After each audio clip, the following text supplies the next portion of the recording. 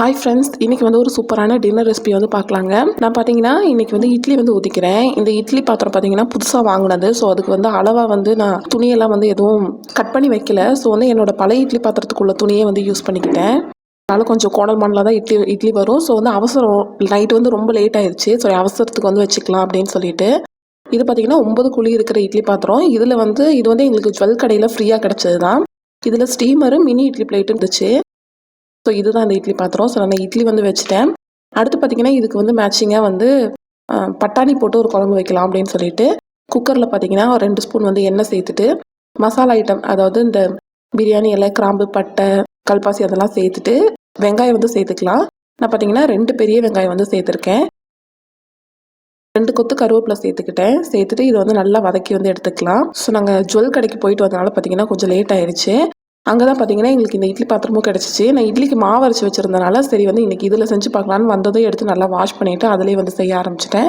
இட்லி பார்த்தீங்கன்னா இன்னொரு பக்கம் வெந்துட்டுருக்கு. இப்போ இதில் பார்த்தீங்கன்னா ஒரு 2 ஸ்பூன் அளவுக்கு இஞ்சி பூண்டு பேஸ்ட் வந்து போட்டுக்கலாம். இந்த இஞ்சி பூண்டு பேஸ்ட் பார்த்தீங்கன்னா இப்போ ஃப்ரெஷ்ஷாக அரைச்சது தான். வந்து நல்லா வதக்கி விட்ட பின்னாடி 2 தக்காளி வந்து கட் பண்ணி சேர்த்துக்கிட்டேங்க. இது வந்து சின்ன தக்காளி தான், அதனால் பார்த்தீங்கன்னா 2 தக்காளி சேர்த்துருக்கேன்.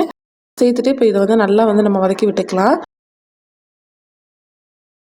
தக்காளி வந்து நல்லா மசிஞ்சு வதங்கி வரட்டும். வந்த பின்னாடி நான் வந்து பட்டாணி ஊற வச்சு வச்சுருக்கேங்க. இப்போ நைட் செய்கிறனால நான் பட்டாணி பார்த்தீங்கன்னா காலையிலே ஊற போட்டுட்டேன். நான் வந்து ஒரு கப் அளவுக்கு பட்டாணி வந்து ஊற வச்சுருந்தேங்க. பட்டாணி நல்லா ஊறி இருக்குது. இப்போ இதை வந்து நல்லா வாஷ் பண்ணிவிட்டு நான் வந்து இதில் சேர்த்துக்கிறேன். சேர்த்துட்டு இதை வந்து நல்லா கலந்து விடணுங்க.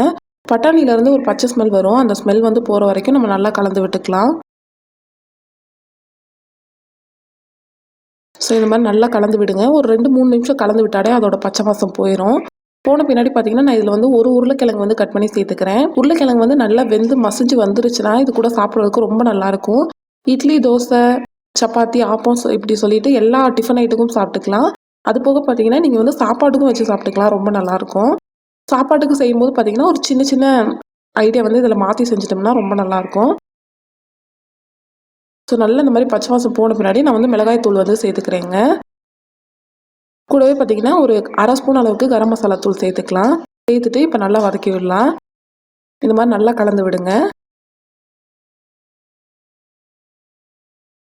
இந்த மாதிரி நல்லா எல்லா பக்கமும் இந்த மாதிரி நல்லா வந்து மிளகாய் தூளை மிக்ஸ் பண்ணி விட்ட பின்னாடி தண்ணி வந்து சேர்த்துக்கலாம்.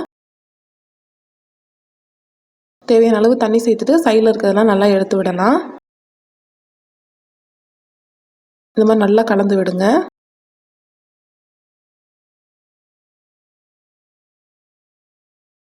கலந்து விட்ட பின்னாடி தேவையான அளவு உப்பு சேர்த்துக்கலாம். உப்பு சேர்த்துட்டு நல்லா கொதி வரும்போது இந்த மாதிரி கொஞ்சமாக தேங்காவும் சோம்பும் சேர்த்துக்கலாங்க. இது பார்த்தீங்கன்னா ஒரு 4 பத்து அளவுக்கு இருக்கும். பெரிய பத்து தேங்காய் தான். இப்போ இதை வந்து நல்லா இந்த மாதிரி அரைச்சி எடுத்துகிட்டு இதில் சேர்த்துக்கலாங்க. நல்லா மைய வந்து அரைச்சி எடுத்துக்கோங்க. எடுத்துகிட்டு இப்படி வந்து சேர்த்துக்கலாம்.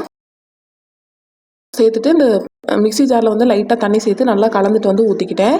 குழம்புக்கு செய்யும்போது பார்த்தீங்கன்னா வந்து தேங்காய் ஊற்றலாம். தேங்காய் கூட சோம்பு போடணும்னு தேவையில்லை. அதாவது சாப்பாட்டுக்கு வந்து செய்யும்போது சேர்த்துட்டு குக்கர் மூடி போட்டு மூடிட்டு இதில் விசில் போட்டோம்னா விசில் போட்டு பார்த்தீங்களா நான் வந்து இதை எடுத்து இன்னொரு அடுப்பில் வச்சிடுறேன். இட்லி வந்து வெந்துருச்சு. இட்லி எடுத்து வச்சுட்டேன். ஸோ அடுத்து தோசை கேட்டாங்கன்னு சொல்லிட்டு தோசை ஊற்றிக்கலான்னு கல் வச்சு இந்த மாதிரி தோசை ஊற்ற ஆரம்பிச்சிட்டேன். இது பார்த்தீங்கன்னா கல் ரொம்ப சூடாயிருச்சு. சரி ஒரு தோசை இப்படி எடுத்துகிட்டு அடுத்த தோசை வந்து நல்லா ரோஸ்ட் மாதிரி ஊற்றிக்கலாம் அப்படின்ட்டு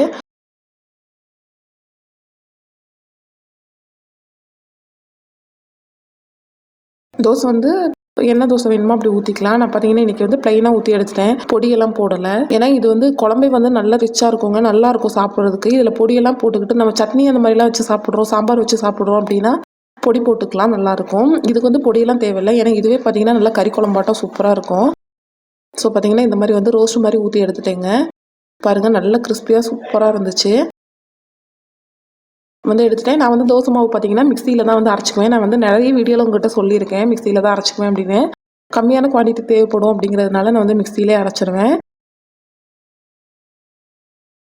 பாருங்கள் இந்த மாதிரி நைஸாக வந்து ரோஸ்ட் வந்து ஊற்றி எடுத்துக்கலாம்.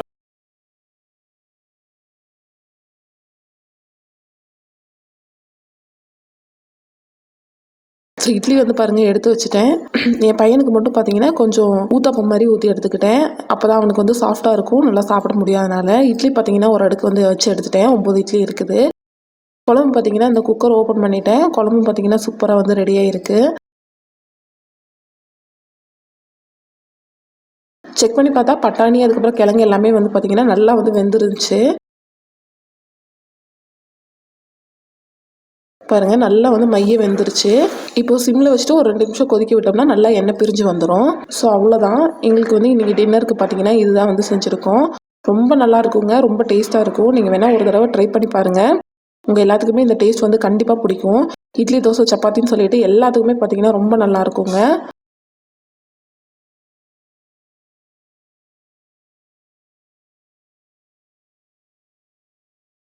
ஸோ இந்த வீடியோ உங்கள் எல்லாத்துக்குமே ரொம்ப பிடிச்சிருக்கும்னு நினைக்கிறேன். ஸோ இதே மாதிரி இன்னொரு வீடியோவில் பார்க்கலாம். Bye friends.